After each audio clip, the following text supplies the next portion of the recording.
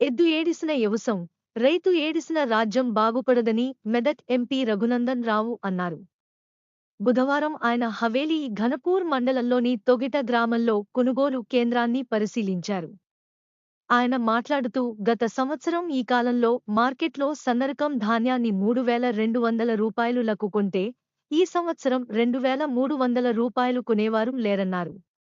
దళారుల ప్రమేయం తగ్గించాలని, అన్నం పెట్టే రైతన్నకు సున్నం పెట్టొద్దని కాంగ్రెస్ ప్రభుత్వాన్ని విజ్ఞప్తి చేశారు.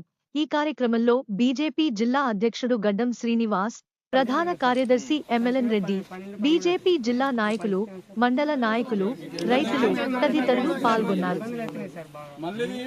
సన్నాలకు 500 ఎక్కువ ఇస్తారు అనుకుంటే పోయినసారి ఈ కాలంలో ఈ టైంలో 3200లకు మార్కెట్లో సన్నాలుగా ఉన్నారు.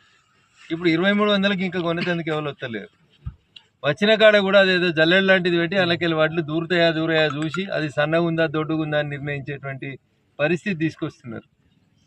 ఈ రాష్ట్ర ప్రభుత్వానికి రేవంత్ రెడ్డి గారికి నేను చాలా స్పష్టంగా చెప్పదలుచుకున్నది ఒకటే, ఎద్దేడిచిన వ్యవసాయం రైతు ఏడిచిన రాజ్యం బాగుపడది.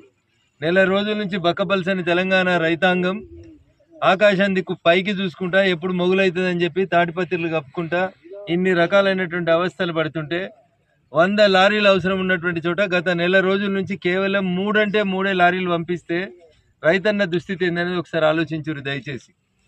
మాటలు మాత్రం కోటలు దాటుతాయి.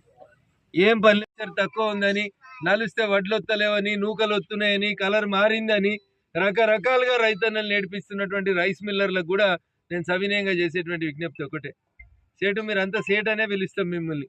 మీ కడుపు చల్లగా కదలకుండా మీరు మిల్లులో కూర్చుంటారు. 6 కాలం కష్టపడ్డ రైతు నెల రోజులు రోడ్డు మీద ఉండి వడ్లు తీసుకొని వస్తే దాంట్లో మాయిశ్చర్ ఎక్కువ ఉందని, నల్ల రంగు వచ్చిందని, జరంతా మొలకలు వచ్చినాయని, ఇంకో 5 కిలోలు కాంటా కొడతామని, ఈడ 42.5 కొడితే ఆడ 44 కొడతా వస్తూ ఉన్నాయి రైస్ మిల్లు. కాబట్టి దయచేసి దళారుల ప్రమేయం తగ్గించుర్రి, అన్నం పెట్టే రైతన్నకు సున్నం పెట్టొద్దని కాంగ్రెస్ ప్రభుత్వానికి ఈ సందర్భంగా నేను విజ్ఞప్తి చేస్తా ఉన్నా.